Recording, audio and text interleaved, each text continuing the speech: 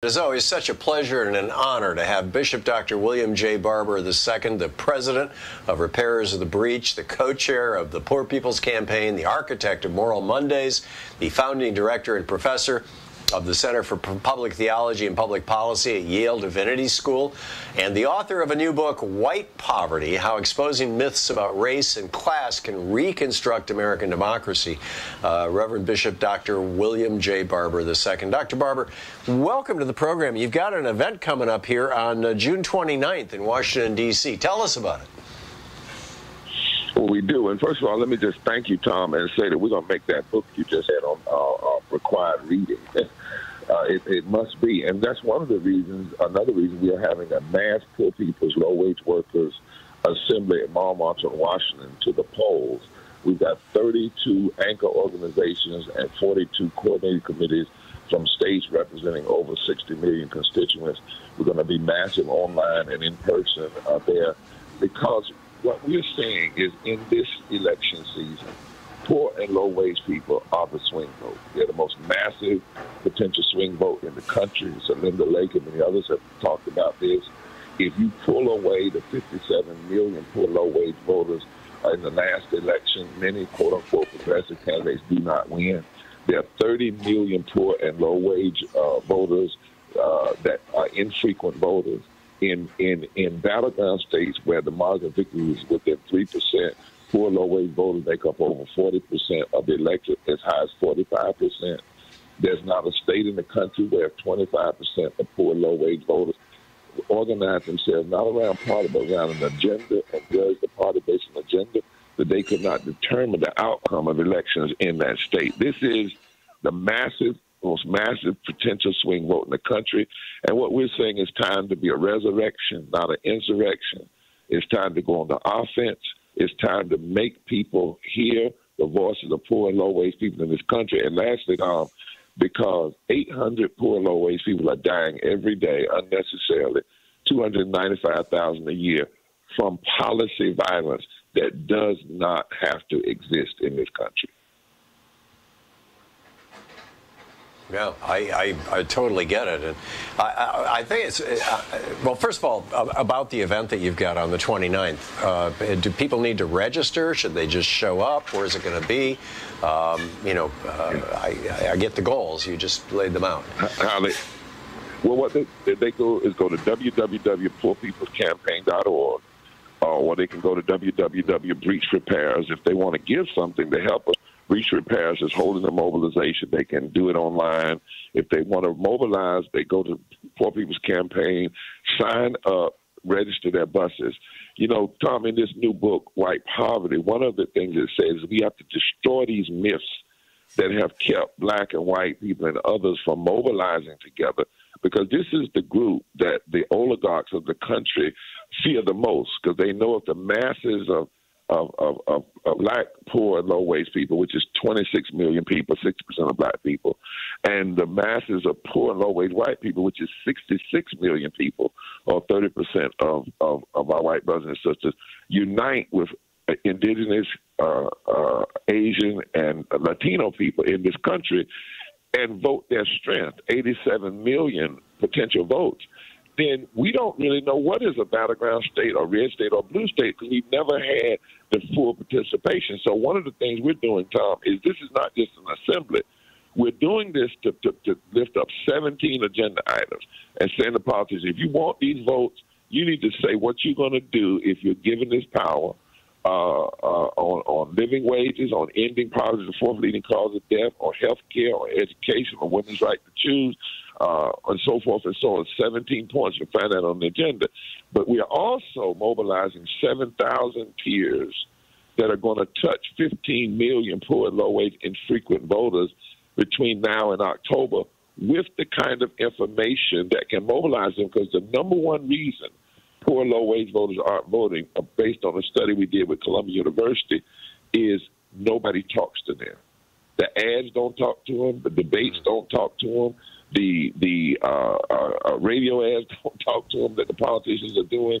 So we've actually written these media and campaign and say, how is it you're leaving 135 million people out of the conversation? That's how many poor and low-wage people there are in the country. 42% of the country. We can't do this anymore, Tom. It is wrong. It's political violence. And voices like yours, you understand it, but we've got to make people hear poor and low-wage voters, and poor and low-wage voters must go on the offensive now in this moment. Let's talk a little bit more about this new book that you co-authored, White Poverty, How Exposing Myths About Race and Class Can Reconstruct American Democracy. What are the primary myths that need to be exposed? Well, one of them is that poverty is a black issue. You know, every time we have a short conversation about poverty, first thing that happens is put up a black woman on welfare, which is racist and demeaning toward black people and dismissive of tens of millions of poor, low-wage white brothers and sisters. Second myth is that only black people want change. That's ridiculous. I'm writing this book with a brother that was at one time working with Strom Thurmond and being trained in that direction. He's the editor. We worked together. He came out of the mountains. I came out of Eastern North Carolina. We found ourselves together in partnership because we looked at how people are being literally bamboozled and turned away from their strength. Another mythology in the midst of this is that change is impossible, that we don't have the numbers. Well, right up front in the book, we show not only what the numbers are to make change happen, but how it has happened before whenever black and whites have found themselves together along with other people in what's called moral fusion politics, not left and right politics, not conservative and liberal politics, but moral fusion politics, which says we take the deepest moral values of our Constitution and our religious values, lay them on top of policies and evaluate policies from that perspective.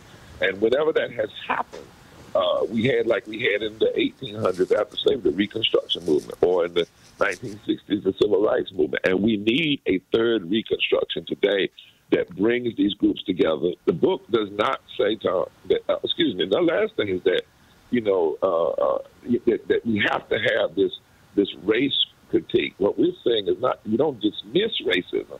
We expand it, and we actually show something that if you're black and you can't pay your light bill because you only make $7.25 an hour, which is where the minimum wage is now, hadn't been raised in 15 years, and you're white and you do the same thing, can't pay your light bill, we're all black in the dark.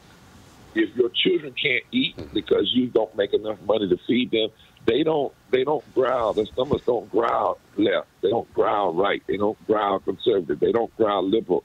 They don't growl black or white Latino. They growl hunger and pain. If you're in the middle of a pandemic and you can't get health care, poor people died at a rate 3 to 5 times higher during the pandemic just because of poverty. 350,000 people died from the lack of health care. They didn't die black. They didn't die white. They didn't die left and liberal. They died dead. That's how they died.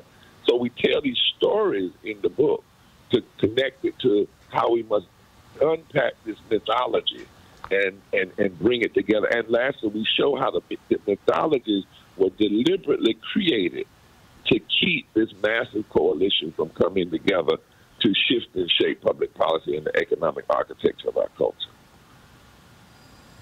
I saw a cartoon yesterday online where a king was up on a balcony, with his advisor next to him, and there were all these angry people in front of him, and about half of them were holding pitchforks and the other half were holding torches, like they were coming to get him.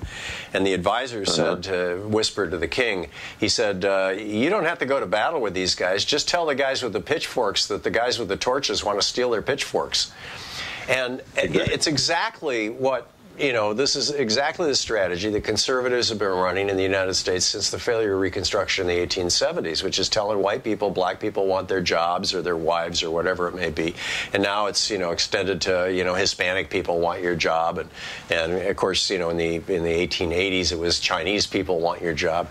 This is an old meme that has worked very, very well for conservatives that want to tear poor people, pit them against each other. How do you think, and we have about I guess about 2 minutes here before we're going to hit a break I can't control. How do you think we can best break through that? How do we blow that up?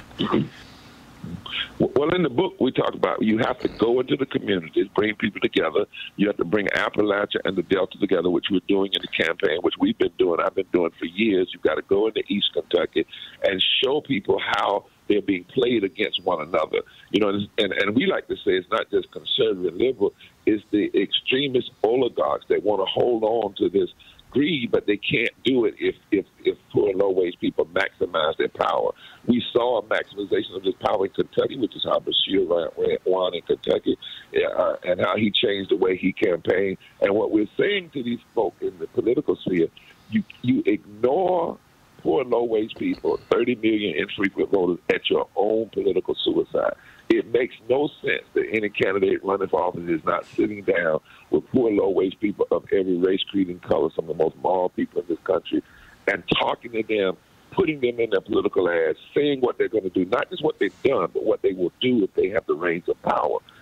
This mass gathering is saying what an old song said, we will make them hear us, Tom. We will make them hear us with our voices and our votes. That's the only way to do it in a democracy. You have to use protest, agitation, litigation, legislation, and voter participation, and we intend to use all four. What we're not going to do is be silent anymore. We're the new swing vote. Yeah, it's absolutely marvelous. And the event is going to be not this weekend, but the following weekend at June 10 a.m. in 29th. Chicago on Saturday, at June 29th at the corner of 3rd and Pennsylvania Avenue. Go ahead. In Washington, D.C. That's right, in Washington, D.C., 3rd and Pennsylvania, 10 o'clock. Be there. And give us the website one more time, please, Reverend Barber. www.poorpeoplescampaign.org. And if you want to give a gift, www.breachrepairs.org. Repairs of the breach. Breach. Great. Reverend William J. Barber II, President of Repairers of the Breach. Thank you so much for dropping by, Reverend Barber. It's always such a pleasure talking with you. And good luck with your event next weekend. Thank you. Love you, Tom. Take care. Thank you. Back at you, sir.